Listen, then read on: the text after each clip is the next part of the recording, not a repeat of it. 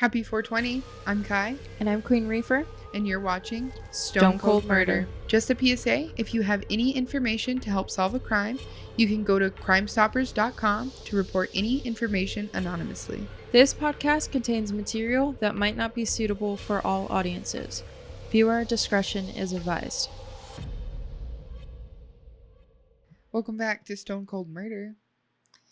Season 3, Episode 7. How are you? I'm doing good. How are you? I'm doing well. Real well. Mm-hmm. Are you doing well? Yeah. As you can tell. I think. Can you? Does that help? Now that looks scared. Anyways. I love that your eyes were like this, and then you tried to open them even wider, and your body tensed up like this, like it was gonna open it any wide. She said, "Can you see them?" Homegirl just squared up on y'all. Get ready to fight. No, I took like 50 milligrams of edibles, which is kind of light for me, but then you also took 2 dabs, so yeah, and I've been smoking on the pen too, so the Benjamin Franklin. So I'm nice and stoned. Hell yeah. Yeah. I'm nice and NyQuil'd up. NyQuil. Did you like drink it with some soda? No. Some syrup? I wasn't channeling my little inner what?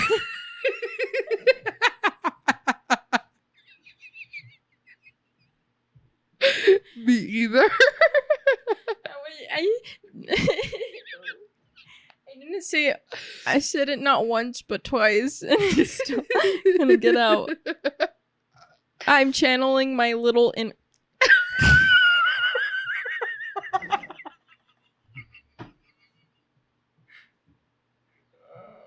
I'm channeling my inner Lil Wayne. Slay. You got it, Queen. So you weren't channeling your inner Lil Wayne? Or you said you were?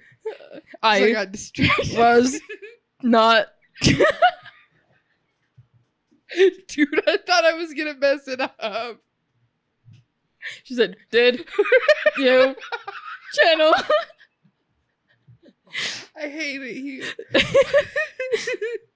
Alright, well. This case is not a murder case. But Kai, we're stone cold murder. I know. This was a potential murder. Like, this could have been a murder. And it is a cold case. But it's not a murder case. So it's a little different than our normal case we cover. Okay. What do you think? Should we get into it? No, I think we should not do this case. Well, okay. I'm just kidding. No, I'm ready. Everyone, it's time to wrap up and get out of here. Thanks for coming to the episode. Until next time. Stay high. No, we're gonna do it. All right. Yeah, I'm ready. I did. You know why? Insert last week's clip. Are you ready? Yep. And are you guys I'm ready because you know what? If you stay ready, you don't gotta get ready because you're already ready. Stay hard! Stay hard! Oh, honey. I do.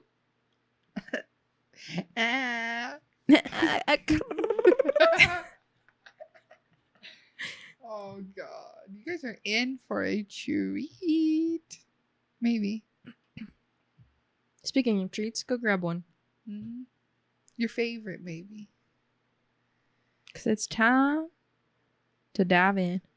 I'm about to dive in. Our story starts out on the afternoon of November 24th, 1971, at the Northwest Orient Airlines in Portland, Oregon. The flight was going to Seattle, Washington, And while he was waiting for the flight to take off, he ordered a bourbon and soda to drink. The flight left for Portland on time at 2:50 p.m. Pacific Standard Time and was set to make an on-time arrival in Seattle. Shortly after takeoff, Cooper handed a note to the flight attendant who was sitting in the jump seat at the rear of the airplane behind where Dan was seated. Assuming the note was like his number or something, she kind of just took it and put it in her purse. And Mr. Cooper then leaned towards her and whispered, "Hey, miss, you'd better look at that note. I have a bomb." She then went ahead and opened the note, obviously a little concerned now that it wasn't actually his number. But I could imagine as a flight attendant, you probably get that quite often, so I probably wouldn't have read the note either. Yeah. I don't blame her for just crumbling it up. The note in all cap letters said, "Miss, I have a bomb in my briefcase, and I want you to sit by me." Ew. Yeah. Isn't that gross? Miss Schaffner was the flight attendant. She went ahead and returned the note to Mr. Cooper and sat down next to him as he requested. She then quietly asked to see the bomb, which I thought was a bold move of hers, because I don't know if I would ask. I mean, I guess for verification, but I thought that was bold. Yeah. He opened the briefcase and she saw what looked like 2 rows of 4 red cylinders, and she thought they were dynamite. Wait, what year was this? 1971. Okay. Checks. Yeah. I was like, if this is recent, what the fuck? No, not very recent Cool. at all. It's checks. Yeah. We're good. Cooper, I mean, we're not good, but yeah. it makes more sense. Cooper closed the briefcase and told the attendant that he had demands, and if she followed them, they wouldn't get hurt. She wrote a note with all of his requests and brought it to the flight deck and informed the crew of the situation. Captain Scott directed her to remain in the flight deck for the remainder of the flight and take notes of everything as they happened. With Schaffner in the flight deck, a different flight attendant, Miss Mucklow, sat next to Cooper to act as a middleman between him and the other flight crew members. After all of Mr. Cooper's demands were noted, the pilot then relayed to Northwest Flight Operations in Minnesota the hijackers' demands. Cooper requests $200,000 in a knapsack by 5 p.m. He wants 2 front parachutes, 2 back parachutes, and he wants the money in negotiable American currency. By requesting these 2 parachutes, it's theorized that it was to discourage them from messing with the parachutes. So, because he could take a hostage basically. So he asked for 4 parachutes. They can't all be for him. 2 of them are probably for him. And then he requested 2 more. So, did they just have parachutes stacked on the plane? No, but that was his demand, that he wanted one and money. How would he use a parachute if there's no parachute on the plane? No. He's negotiating to get a parachute and money. But how is he going to get a parachute? Well, I'll tell you. Well, it makes no sense. It's a hijack. Yeah, but they don't got parachute on board, so they're going to land, grab a parachute, and go back up in the air? Okay. Yeah, they are. Okay. Ready? Okay. I'm ready. Ignore me. So the theory is that by asking for an additional front and back parachute, that he was going to take a hostage with him. So that discouraged anybody for the people that was giving him the parachute from messing with it, so that he wouldn't die. You know what I mean? Because they didn't know which parachute he was going to get, basically. Cooper also demanded that when they land at SeaTech, there were to be fuel trucks to meet the plane, and all the passengers were to remain seated while Miss Mucklow brought the money aboard. He would release the passengers after he had the money. The last items brought aboard would be 4 parachutes. Scott informed SeaTech Air Traffic Control of the situation, and they contacted Seattle Police Department and the Federal Bureau of Investigation, so the FBI, of the situation at hand. Because honestly, like, I don't feel like in this time there was a whole lot of like plane hijackings going on, and this one is pretty calculated. Like, he did a really good job of like blending in all the way to getting into the air and then demanding his wants, you know? Well, and also like back in this time too, there wasn't a lot of security. Of course. With like airplanes and airports and all that stuff, which is crazy. Yeah, you could get away with a whole lot more, for sure. Passengers were told their arrival in Seattle would be delayed because of a minor mechanical difficulty, which was smart on their end to not alert the passengers. Not make them all scared. Right. Yeah. Sorry. That's okay. Donald Nyrob, the president of Northwest at the time, authorized payment of the ransom and ordered all employees to cooperate with the hijacker and comply with his demands. And that's where we'll take our first smoke break. And this smoke break is brought to you by Jugs.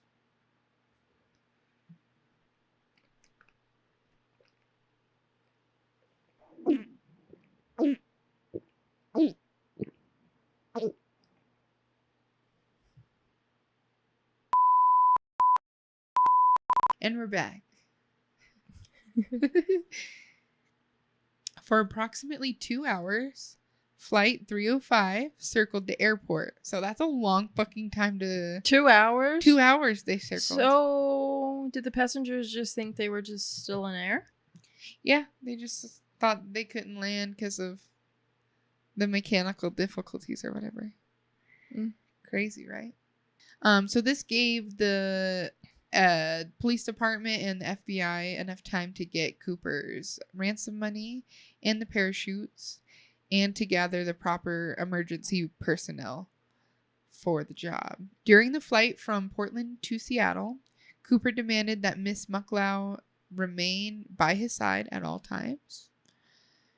And she later said that Cooper appeared familiar with the local terrain, which I thought was interesting. She said that when he looked out the plane window, he kind of like recognized the places he was seeing. So familiar with the area. She also said that he was not nervous and he was rather nice and he was not cruel or nasty. So I guess that's nice. While the plane circled Seattle, Miss Mucklow chatted with Cooper and asked why he chose Northwest Airlines to hijack, which is interesting. I don't know if I would be like talking to him much, but maybe that's me being introverted. Yeah, maybe she's also just nervous. Yeah. Trying to like maybe lighten the mood with him or something. Yeah. I don't know. I have a hard time making small talk, so maybe that's just me being me, you know? Me too. He laughed and replied, "It's not because I have a grudge against your airlines. It's because I have a grudge." And then he explained the flight was simply suited his needs.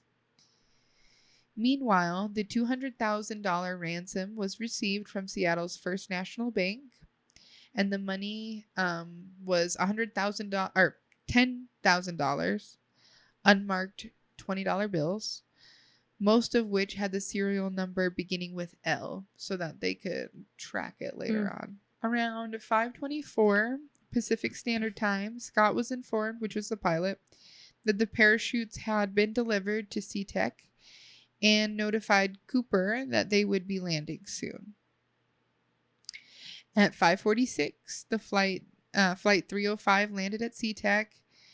With Cooper's permission, Scott parked the aircraft on a partially lit runway away from the main terminal, which as a passenger, I would be probably... Don't you think you would think something was up? Or I guess maybe not. Maybe not, since it was like a mechanical issue and maybe they're like, oh, we have to park over here for maintenance or something. Yeah, I guess. Cooper demanded only one representative of the airline approach the plane with the parachutes and the money. And the only entrance and exit would be through the aircraft's front door via mobile stairs. Northwest Seattle operations manager Al Lee was designated to be the carrier. To avoid the possibility of Cooper mistaking Lee's airline uniform for law enforcement, he just changed into regular civilian clothes so Smart. he could avoid all of that, which Yeah. I think is smart too. All the passengers remained seated and a ground crew attached a mobile staircase. Cooper told Miss Mucklow to exit the aircraft through the front door and retrieve the ransom money. When she returned, she immediately went straight to the back where he was sitting and carried the money to him, just straight past all the other passengers. Cooper then agreed to release the passengers, and as they got off the aircraft, Mr. Cooper remained seated and he just inspected the money, making sure nothing was like placed in the bag. Or Does it say anything like about the passengers like being sussy about the whole situation? Because there was one instance where they said a guy got a little irritated, but when they further investigated it, the flight attendant said he wasn't irritated, he just was asking for a different magazine. So I guess everybody remained fairly calm in the situation and didn't raise any suspicion, which I thought was interesting. And maybe because it's the 70s, because I mean, flying back then was like fancy, kind of, wasn't it? Still, I don't know, people, but like, I dressed feel up like and if I stuff. saw someone coming carrying in a bag of money and dropping it off and being like, "Everybody get off," I'd be like, yeah, I would be weirded out for sure too. I'm not gonna lie, I would definitely suspect something. So Miss Mucklow was trying to joke around with Mr. Cooper to just trying to like lighten the tension a little bit, and she asked him if she could have some of the money, which I thought was a boss ass move. And he actually agreed, and he handed her a packet of bills. It's like, here you go. But she like said no, and she said no, we can't take tips. Oh. So she didn't take any of the money, and I thought that was funny. She said it was against company policy. "That is funny." Yeah. What a boss ass move, though. With the passengers safely off the plane, only Cooper and the 6 crew members stayed on. While Mucklow brought aboard the parachutes, Schaffner, which was the other, like the original flight attendant that he gave that note to, asked Cooper if she could retrieve her purse that was stored in the compartment behind his seat. He agreed and told her, "I won't bite." And she and a different flight attendant, Hancock, then asked Cooper if the flight attendants could just leave. And he replied, whatever you girls would like to do." So Hancock and Schaffner pieced the fuck out of there. Yeah, They said, "I'm not staying." Which I don't blame them. I would too. I'd be Yeah. like, "All right, fuck that shit, I'm out." Not staying around for this shit. When Mucklow, I'm sorry. I don't know if it's Mucklow or Mucklow. Mucklow brought the final parachute to Cooper. She gave him printed instructions for using the parachutes, to which he said, "I don't need those."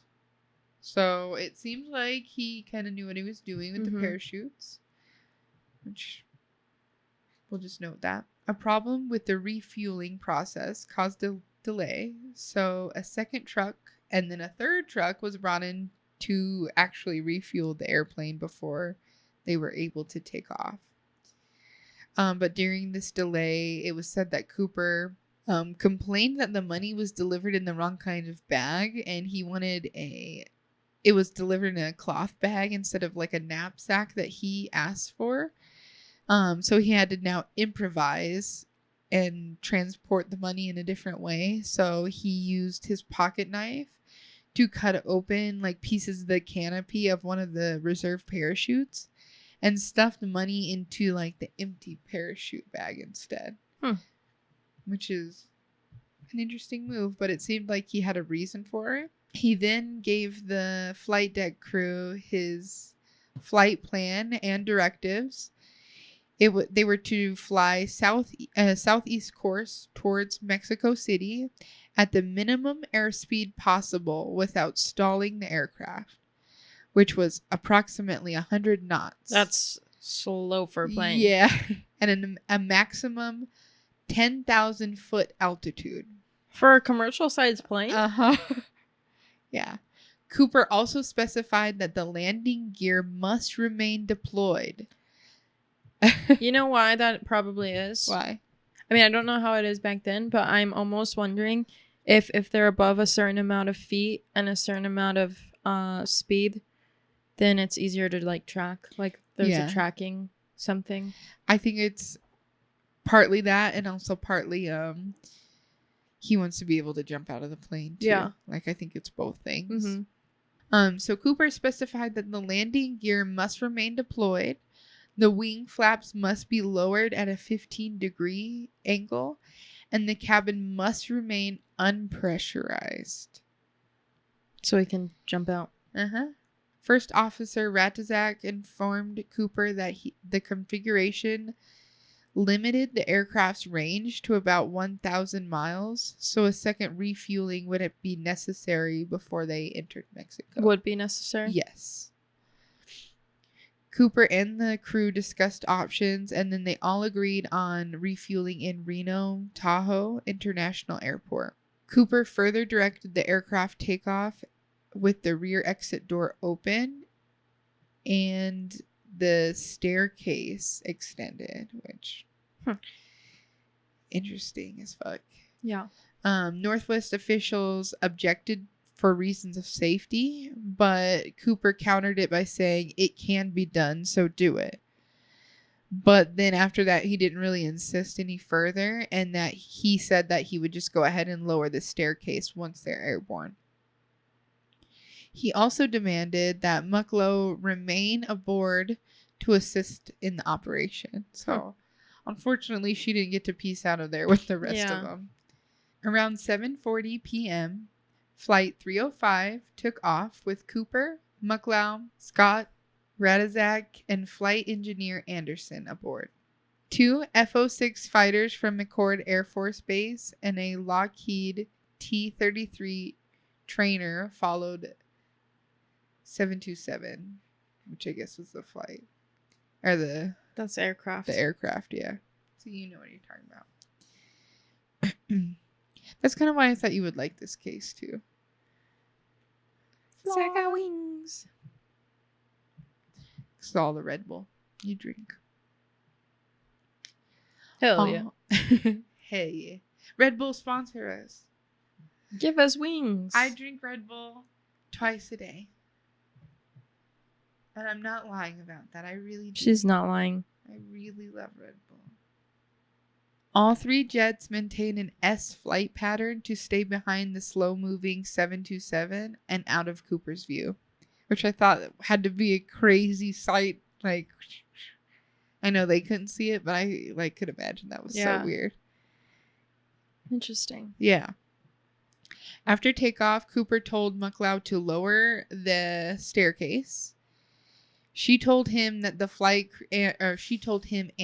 crew that she feared being sucked out of the aircraft, which, like, valid. I would fear the exact same thing. Yeah. The flight crew suggested that she come to the flight deck and retrieve an emergency rope to tie herself to a seat.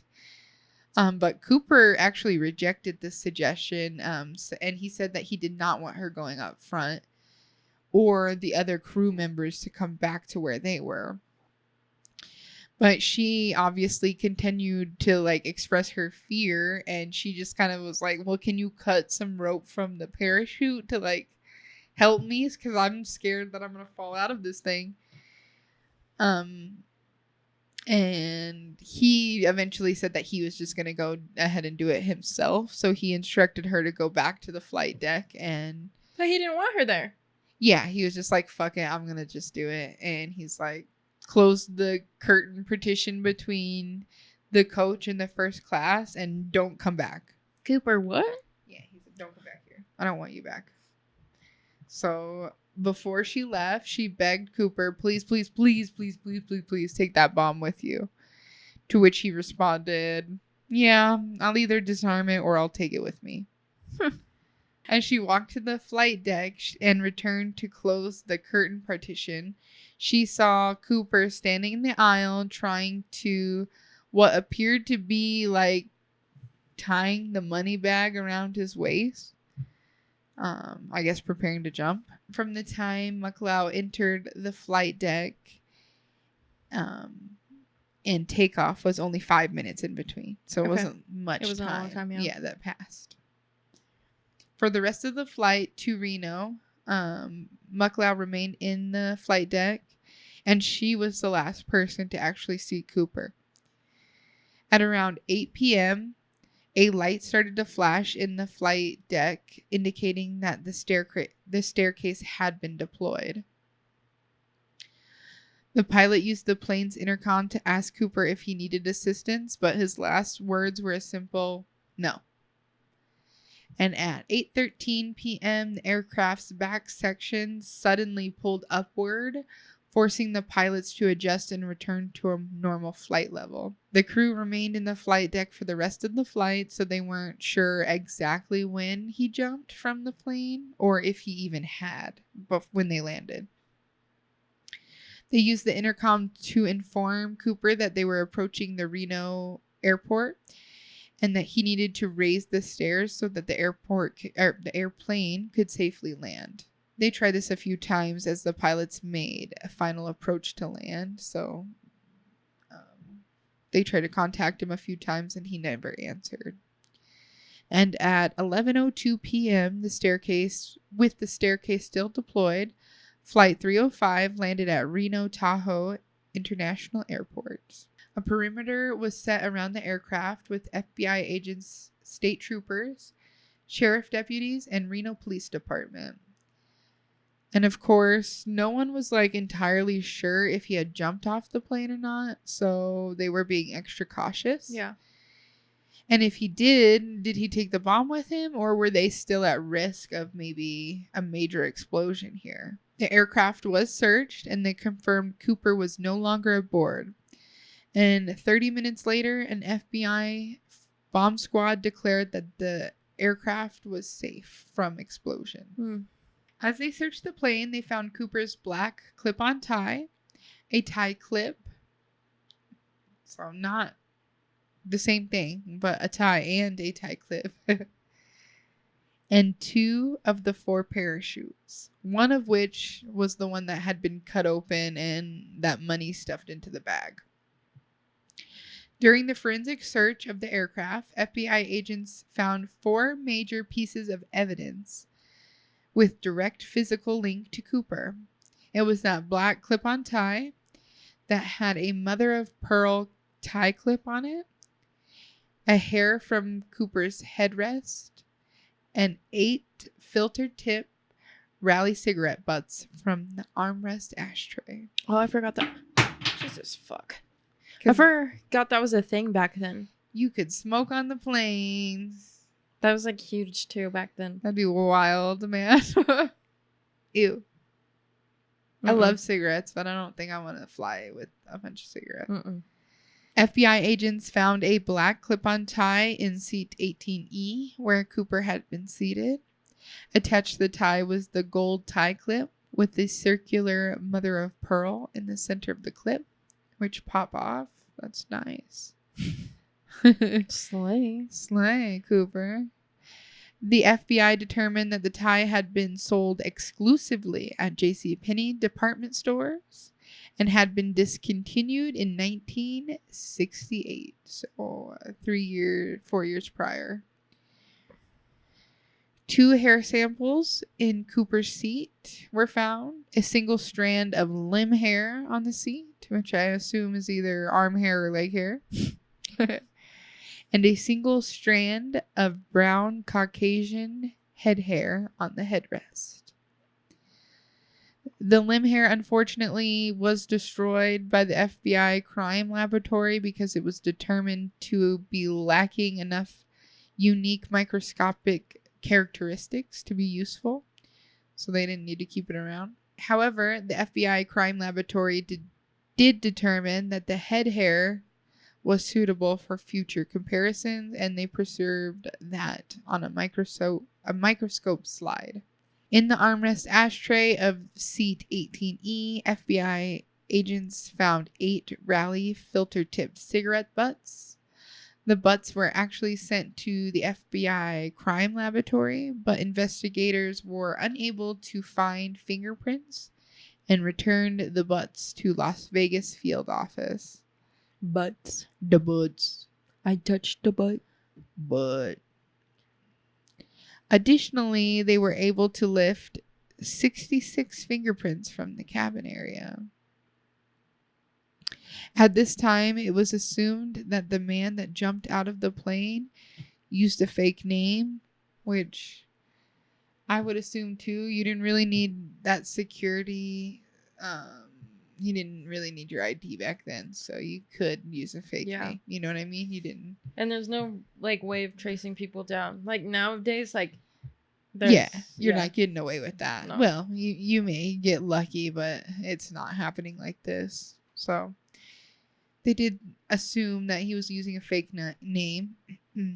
FBI agents interviewed some of the eyewitnesses from Portland, Seattle, and Reno, and they were able to develop a series of composite sketches.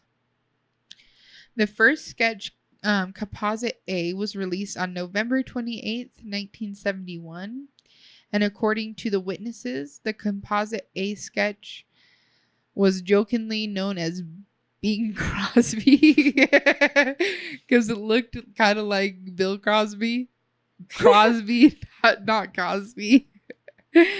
And it was not an accurate description of Cooper at all. So it was kind of just a jokey joke. But the Composite A sketch showed a young man with a narrow face, and it did not resemble Cooper or capture his disinterested look. Like, let's get this over. Holy shit. His disinterested look, because they said he always looked like, let's get this over with type of a look. So my look. RBF. Yeah, a resting bitch face. They said it didn't capture that. Slay. Yeah. His mother of pearl and his disinterested look. He's a queen, for sure.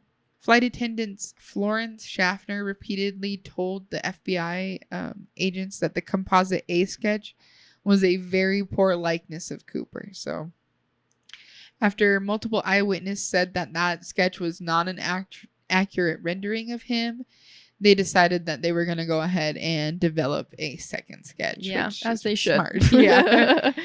So this one was completed in late 1972. Composite B sketch was intended to depict a more accurate age of Cooper and his skin tone and face shape better. Composite B was more accurate, but Cooper looked too angry or nasty. Okay. Yeah. I feel like these are picky. just facial expressions. They're like, does it look accurate? Nasty. He looked too nasty. One flight attendant said that the Composite B sketch looked like a hoodlum, and he resembled. And she remembered Cooper as more of a refined appearance. So. Well, yeah. I mean, I could see probably that if he had a pearl. A mother of pearl. A mother of pearl around his neck. Grasping my pearls. Oh, my pearls. Composite B sketch depicted an older man, a man older than Cooper with a lighter complexion, they said. So using the criticisms from this now B sketch, the FBI artist made another adjustment and improved Composite B sketch. Jesus. Mm-hmm. Either they need like more accurate like descriptions from the witnesses, or Right. they need a new artist. Something. Because what the fuck? What the fuck? On January 2nd, 1973, the FBI revised Composite B, their third sketch of Cooper. One flight attendant said the revised composite B was a very close resemblance to the hijacker. So this was the best they got. In April of 1973, the FBI concluded the revised composite B sketch. And they said that this was the best that they could do. So the flight attendants Schaffner and Mucklau, who spent the most time interacting with Cooper, were interviewed on the same night in separate cities and gave nearly identical descriptions of the man. A man in his mid-40s, approximately 5 foot 10 inches tall, and 170 to 180 pounds, with olive-toned skin, brown eyes, and short combed back black hair, with no discernible accent. In May of 1973, the FBI internally released an 8-page suspect profile of Mr. Cooper. So this is what they assumed or who they were looking for. Yeah. All right. The profile suggests Cooper was military trained, parachutist, and not a sports skydiver. And if he was in the sports skydiving community, they would more recognize him because of his age. So it's likely that that was not where he got that training. Multiple eyewitnesses noted Cooper's athletic build, so the FBI profile suggested that Cooper probably exercised regularly despite his age. They suspected that Cooper was an Air Force veteran familiar with Seattle and the surrounding areas. Cooper recognized Tacoma as the jet-circled Puget Sound, and in his conversations with Mucklau, Cooper correctly noted McCord AFB's proximity to Seattle-Tacoma Airport, which was the military base. And he had details which most civilians would not be familiar with. Gotcha. So that's kind of what made them have that thought. His mannerisms and vocabulary, his way of planning through the retrieval of the evidence, such as the money and the parachutes, and his use of aviation terminology really led the police to conclude, or the FBI to conclude, Cooper was not just a common criminal. Cooper was clearly intelligent, not impulsive, or easily rattled. He was very careful and procedure oriented. He was a planner, adept in anticipating contingencies and adaptive strategies, and he was meticulous and methodical in his tendencies as well. Just a lot of words for he was very organized. It's like, it reminds me of like when I have to write a paper for school and it has to be like a certain amount of words. Yeah. No, I did not write that. That was literally from the FBI's profile. So it wasn't me just like, oh, he was these things. That was like, this is the type of man we're looking for. So, just so you know, it wasn't me. Profiles. It wasn't me, I promise. Profilers also noted Cooper's ability to quickly adapt to various situations as they arose, indicated that he probably preferred to work independently and neither needed nor wanted an accomplice. Cooper's financial situation was probably desperate, according to retired FBI Chief Investigator Ralph Himmelsbach. He said that most criminals who steal large amount of money nearly always do so because they urgently need it. Otherwise, the crime is not worth the risk, basically, which makes sense. The FBI considered, but ultimately dismissed the possibility that Cooper was a thrill seeker who made the jump just to prove that it could be done, which I don't think that was the case, really. I'm not sure why he did it, but I don't really think that was the case. By calculating the number of cigarettes that Cooper smoked throughout the hijacking, the FBI believed that Cooper smoked about 1 pack of cigarettes a day. Damn. Yeah, I was like, oh shit. Agents theorized that Cooper's alias was based on like a comic hero called Dan Cooper. The main character was popular in French language, and it was a Belgian comic series, basically. One cover actually depicted Dan Cooper skydiving, so that's kind of why they got it from there. assumed, yeah. Because the Dan Cooper comics were neither translated to English nor imported to the United States, FBI profilers speculated that the hijacker encountered them during either like a European tour on duty, and that he probably spoke fluent French. Fluent French. Well, apparently you don't speak fluent English. I don't. That he apparently spoke fluent French is what I was actually trying to say, but can't come out of my mouth. Knowledge and planning based on the evidence and Cooper's tactics, the FBI speculated that Cooper planned the hijacking carefully, using detailed and specific knowledge of aviation, the local terrain, and the 727's capabilities, which all makes sense. Cooper chose the seat in the very last row in the rear cabin for 3 reasons. So they thought it was to observe and to respond to any action in front of him, to minimize the possibility of being approached or attacked by someone behind him, and to make himself less conspicuous to the rest of the passengers, which all makes sense. To ensure he would not be deliberately supplied with the sabotaged equipment like we talked about earlier, Cooper demanded the 4 parachutes to force the assumption that he may take a hostage to jump. So the FBI also figured that out too. FBI agent Ralph Himselbatch noted Cooper's choice of bomb instead of other weapons previously used by hijackers. This actually helped eliminate attempts to rush him. Yeah, which makes sense. Yeah, so he'd be like, well, you know, like a gun or a knife, someone could rush you, but like a bomb, you're not going to try and rush a bomb. You're just gonna blow up. There's no chance of surviving that. And not to mention, like, a knife, yeah, could like hurt or kill a couple people, but like a plane full of passengers, like you can easily like detain him. Right. He was also very careful to avoid any evidence being left behind, and before he jumped, Cooper demanded that the flight attendant I know, goddamn.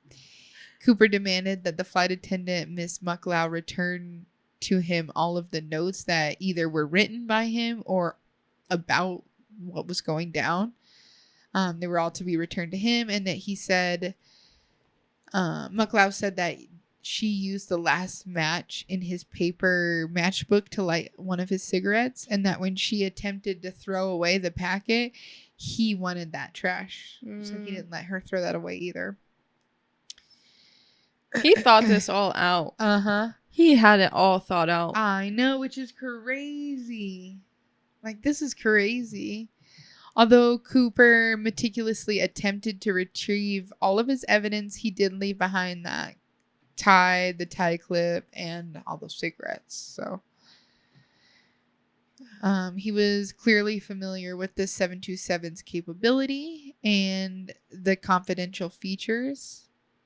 The 727 design was the primary reason that Cooper chose the aircraft, because of the staircase that they had, the placement of the 3 engines, and the 727 was one of the only passenger jets from which a parachute jump could be easily made. So Mucklow told the FBI Cooper appeared to be familiar with the 727's typical refueling time and procedures. So seemed like he had knowledge. Yeah. By specifying the 15-degree flap setting, Cooper displayed specific knowledge of aviation tactics and the 727's capabilities.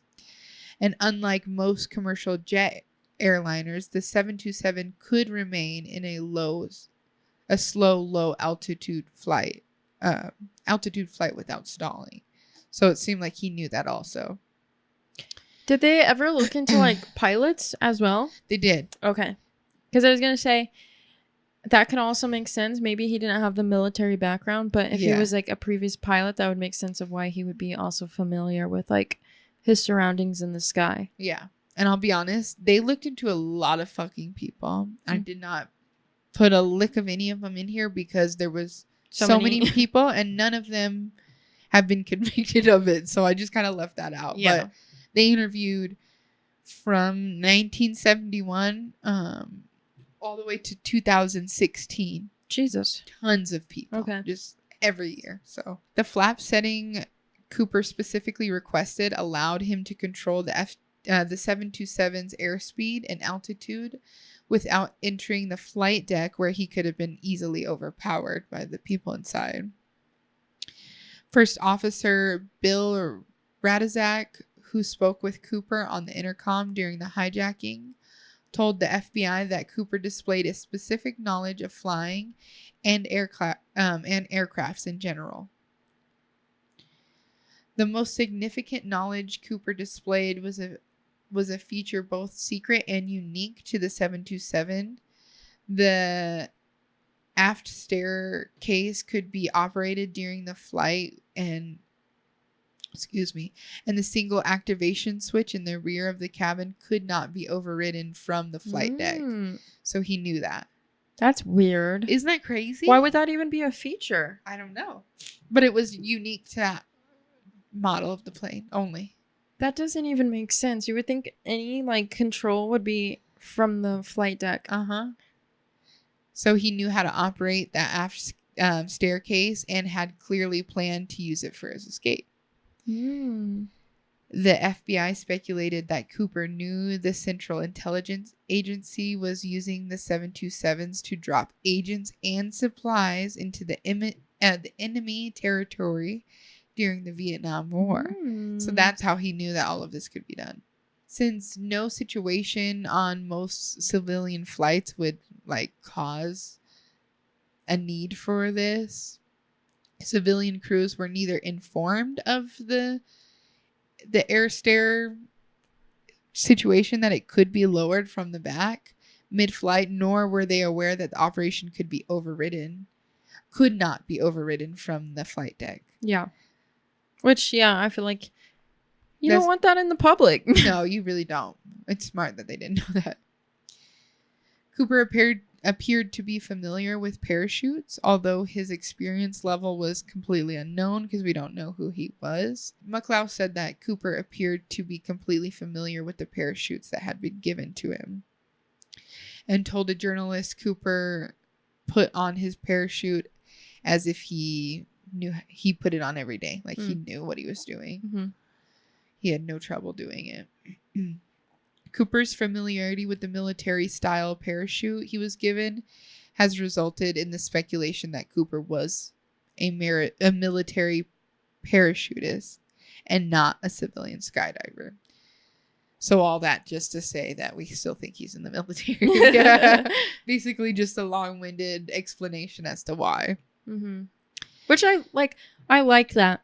Yeah. Honestly. Because cool. There's a lot of cases where they don't give you any information at all to even so you can even trace to be like, how did you get to this conclusion? Right. So I like this. Yeah, it was nice that they had this. This is fortunately one of those big cases that people are like, what the fuck? Yeah. So they had a lot of information, but you don't get so lucky on everyone.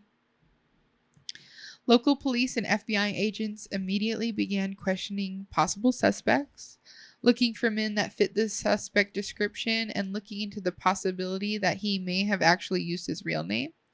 So they were looking for not only the suspect maybe using an alias, but also maybe he did use his name for whatever reason.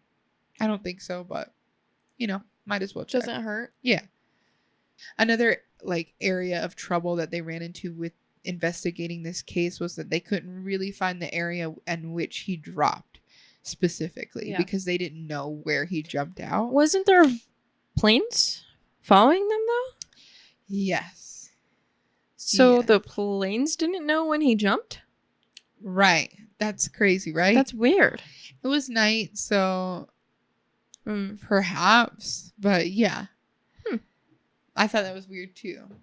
And with someone jumping out of a plane like that, there's so many different possibilities as to what could have happened. That's what kind of made it hard looking for a landing spot. And the jet's airspeed estimates varied. The environmental conditions changed, along with the flight path also varied. And the aircraft's location and altitude. And not only that, Cooper was the only one that knew how long he remained in the like free fall before he pulled that parachute, which could determine where you land also.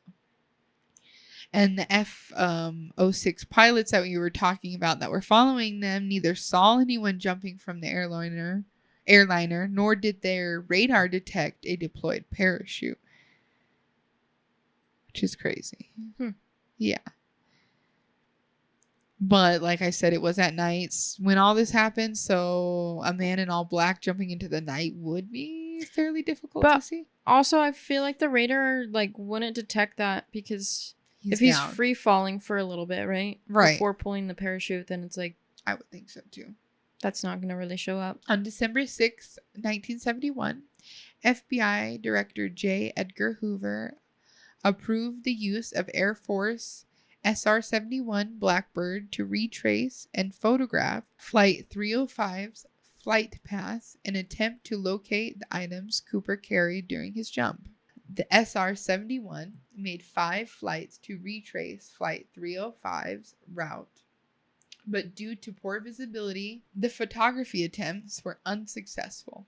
In an experimental recreation, flying the same aircraft used in the hijacking, in the same flight configuration, the FBI agents pushed out a 200-pound sled out of the plane and were able to reproduce that upward motion tail section and brief exchange in the cabin pressure described by that flight crew that happened at 8:13 p.m. So they think maybe that's when he jumped? Yeah. Because of that. Yeah. That change in pressure and stuff. FBI agents and sheriff deputies searched large areas and largely forested terrain on foot and by helicopter. They did door-to-door searches of local farmhouses. Other search parties ran patrol boats along Lake Murin and Yale Lake and the reservoir to its east. And despite all of these efforts, nothing of any significance was ever found in these searches. Using a fixed-wing aircraft and helicopters from Oregon Army National Guard, the FBI coordinated an aerial search along the entire flight path from Seattle to Reno. And again, nothing of relevance popped up from this hijacking at all. And in the spring of 1972, teams of FBI agents and 200 soldiers from Fort Lewis, along with the United States Air Force, the National Guard, and civilian volunteers, did another thorough ground search in the Clark and Cowlitz counties for 18 days in March and then another 18 days in April. Can I just pause real quick? Yeah. This is so crazy. I get them wanting to look this crazy and this hard on a case like this because it's like a hijacking. Yeah. But let's be so for real. If they did this amount of investigating and searching and all of this on some of these murder cases, they would be solved. Yeah. Because they're going like above and beyond. Yeah. What did that say? FBI, 200 soldiers, along with United States Air Force, the National Guard, and civilian volunteers. Yeah. What? But you know what? They'll use the excuse, well, there's so many murders. We couldn't do that for everybody. I mean, I'm not saying you have to have the National Guard, civilian, like United States Air Force. I'm just saying do the bare minimum. The bare minimum. Because the last case we talked about, they didn't switch it till a missing persons case until years later. It's like, that is not the bare minimum. No, it's too late. It's too late. It's way too late at that point. Yeah. It's like you might as well have signed their death warrant at that point. And that seems a little harsh because it's like, oh, well, you can't blame them for the death. No, I'm not blaming them for the death. I'm blaming you for not doing your fucking job. And you may think that you're doing your job, but you have not. Not in Period. all of these cases. There's some cases that have done some thorough investigating, but it's cases like John Benet Ramsey, but still not solved. You know what I Mhm. mean? Yeah. But why was her case so significant? Because people made a stink about it for no reason. But you can't make a stink for everyone, but there should be, you know? There should be. There should be. And Yeah. that's like their job to do so. I just had to point that out real quick because Yeah. I'm like, they're doing so much for this. And like, it's so sad to see like for other like murder cases, they don't even. Yeah. I'm glad you pointed it out because I thought the same thing when I was looking into this. Yeah. It's just because of money, you know? They're like, oh my Mhm. God, we gave away free Right. money. We have to look into this. Right. Crazy. Yeah. I was like, oh, I have to make this note real quick. Yeah. They This also is used a crazy. submarine to search the lake. Lake Mirren. Which is wild. Found nothing though. Nothing in any of that. In the early stages of 1972, U.S. Attorney General John N. Mitchell released the serial numbers of the money given to Cooper to the general public. Two men used counterfeit $20 bills with those serial numbers to get $30,000 from a Newsweek reporter named Carl Fleming in exchange for an interview with the man they falsely acclaimed was the hijacker. Oh man. Which I just thought was kind of funny. Yeah. And in early 1973, the ransom money was still missing. Nothing really significant had ever popped up about the money. So an Oregon journalist republished the serial numbers and offered $1,000 to the first person to turn in a ransom bill to the newspaper or the FBI field office. In Seattle, the Post-Intelligencer made a similar offer of a $5,000 reward, though. The offers remained in effect till Thanksgiving of 1974. And though there were several near close matches, nothing was actually found of those that were given for ransom. And an analyst of the flight data indicated that the first estimated location of Cooper's landing zone was inaccurate. So they did all of that in the wrong location, which is just so typical. I'm sorry.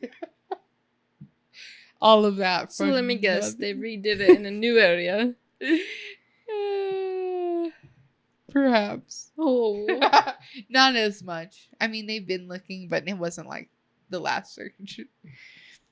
Captain Scott, who was flying the aircraft manually because Cooper's speed was and altitude demands determined the flight path was further east than initially reported. Additional data provided by Continental Airlines pilot Tom Bohin, who was flying for 4 minutes behind Flight 305, led the FBI to recalculate their estimates for Cooper's drop zone. Bohan noted that the FBI's calculations for Cooper's drop zone were based on incorrectly recorded wind direction, and therefore the FBI's estimates were inaccurate. There's just a lot of like things to take into consideration when trying to find where he jumped out, I guess.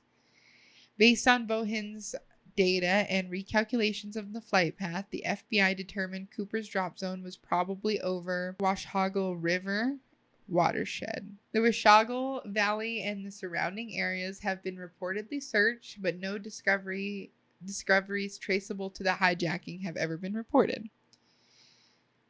On February 10th, 1980, an 8-year-old Brian Ingram was vacationing with his family on the Columbia River at beachfront known as Tina or Tine Bar, about 9 miles downstream from Vancouver, Washington, and 20 miles southwest of Ariel. He was like raking around in the sandy little like area in the riverbank to build a campfire, and he uncovered 3 packets of ransom cash totaling at $5,800. The bills had been deteriorated from lengthy exposure to the elements, but were still bundled in rubber bands. FBI technicians confirmed the money was indeed a portion of the ransom money.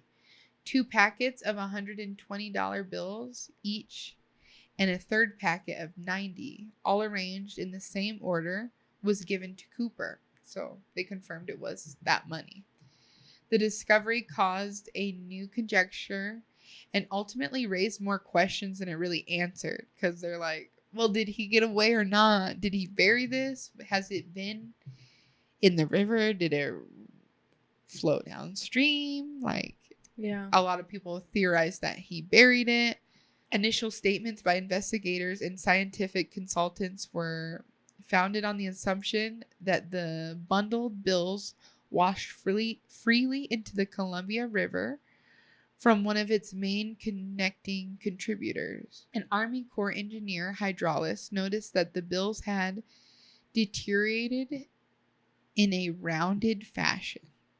So, like, rounded out the edges a little bit.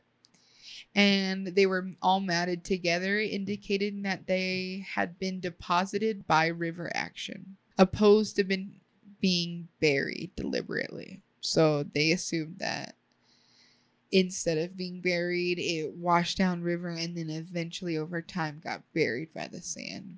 Gotcha. Like, naturally, not by a human. The findings supported the hypothesis Cooper had landed near the Washkal River, which merges with the Columbia upstream from the discovery site, and not in or near Lake Mirren, which is where they did that Whole submarine search. and search and all that. Yeah. The free-floating hypothesis neither explained the 10,000 bills missing from the packet, nor did it explain how the 3 packets remained together after separating from the rest of the money.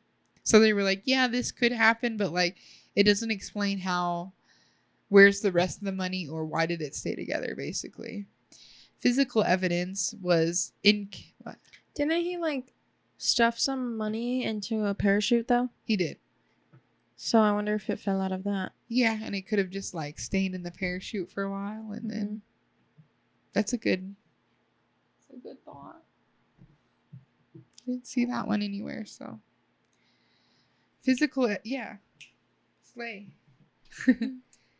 Physical evidence was incompatible with geological evidence. Himmelsbach wrote free-floating bundles would have washed up on the bank within a couple of years of the hijacking. Otherwise, the rubber bands would have long since deteriorated. So they were thinking that maybe the money wouldn't have deteriorated, but definitely the rubber bands would have. And in 1986, after protracted negotiations, the recovered bills were divided equally between Brian Ingram and Northwest Orient's insurers, which was the Royal Globe Insurance. The FBI retained 14 examples of evidence. So basically, they divided it between all the people who gave the ransom money, which I thought was funny. They said, here's your money back. Your water-soaked bills.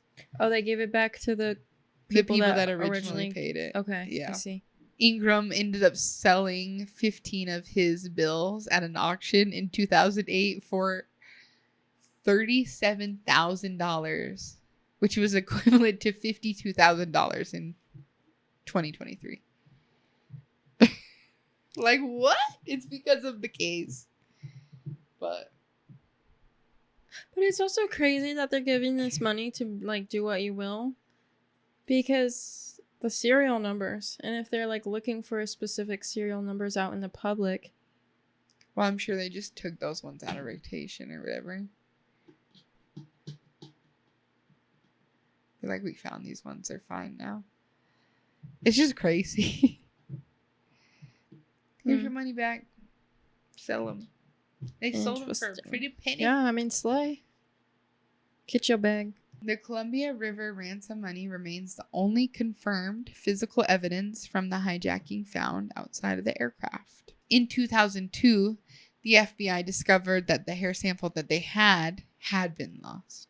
So they can't compare that to anything anymore. How do they just lose it? I don't know. By late 2007, the FBI had built a partial DNA profile from samples found on Cooper's tie, though, in 2001. However, the FBI also acknowledged no evidence linked to Cooper to the source of the DNA sample. So they haven't found... They found DNA, but they can't find anything that links that DNA to anybody, basically. FBI Special Agent Fred Gutt said that the tie had 2 small DNA samples and 1 large sample. It's difficult to draw firm conclusions from these samples, he said. So I don't really know if that just makes it completely useless or what, but it doesn't seem like they can use it at all. The FBI also made public a file of previously unreleased evidence that included Cooper's airplane ticket, the composite sketch, fact sheets, and a posted request for information about Cooper's identification. And ultimately, the investigation ended up being suspended on July 8th of 2016 due to the need to deploy and investigate resources and manpower on issues of greater and more urgent priority, which I think is about time in 2016. Like, 1971 was a long time ago. Mm-hmm. I don't think we need to be worrying about DB Cooper in that capacity anymore, you know? Yeah. Like, it would be cool to figure out who he was and why and all that kind of stuff, and if he survived.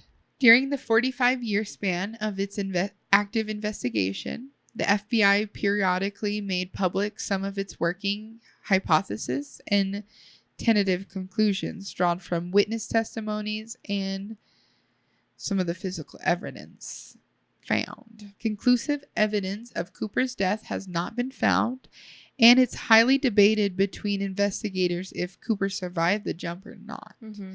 Which, you know, like, there's no evidence saying he did. There's no really evidence saying he didn't. There was no body found and he wasn't found. So yeah, kind of hard to say one way or another. Yeah. In the months after Cooper's hijacking, 5 men attempted copycat hijackings, and all 5 survived their parachute escapes. What? All 5 of them. So, in my opinion, I think it's highly likely he survived that jump. Well, especially now I can't talk. Especially if he was like so familiar with the parachute. So right. But also, what? Mm-hmm. 5 other men 5 attempted, and they all survived. It said attempted though. Did they get ransom money? They didn't get away. Oh, bye. Yeah, they were not as calculated as he was. They did not get away. They were found. Captured. So, like I said, the survival of the copycats and some of the circumstances were similar to like the conditions of Cooper's jump did kind of force FBI to think that he maybe have survived the jump, contrary to believing that he died, you know, because I think for a long time they just were looking for his body, basically, you know. Yeah. This crime remains the only documented unsolved case in commercial aviation history. All right, so that one was a little bit different. What were your thoughts on that one? I like it. I like it. I like it a lot. It is different, and it's kind of in my realm of things because I like aviation. Yeah. But I also think it's really fucked up. Yeah. That they spent all that time doing investigations on the case, but they don't do that for murder cases. Mm-hmm. So, do you think he survived? I do. I think so too. And like I said, there was a lot of people that they did interview in connection to this case, but nothing to like tie anybody to this case. So all of them were just theories and you know, suspects. So I didn't really feel the need to include them because there was a huge list, and none of them really fit it. So Yeah. but it is crazy. I think it's a cool, not cool. Like I don't think you should do it, but I think it's crazy that he was able to pull it off. Mm-hmm. Well, in today's world, you Oh no, definitely couldn't. no. But back then, yeah, they just had like no rules or regulations on flying. Yeah. On airlines, nothing.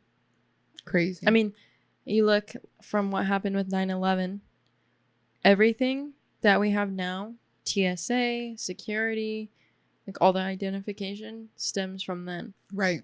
And that was in 2011. Yeah. 2001. Yeah. 9/11. Yeah, I know. Yeah, I knew that. 2000. I was like, 2011's way too soon. 2001. Yeah. Crazy shit, man.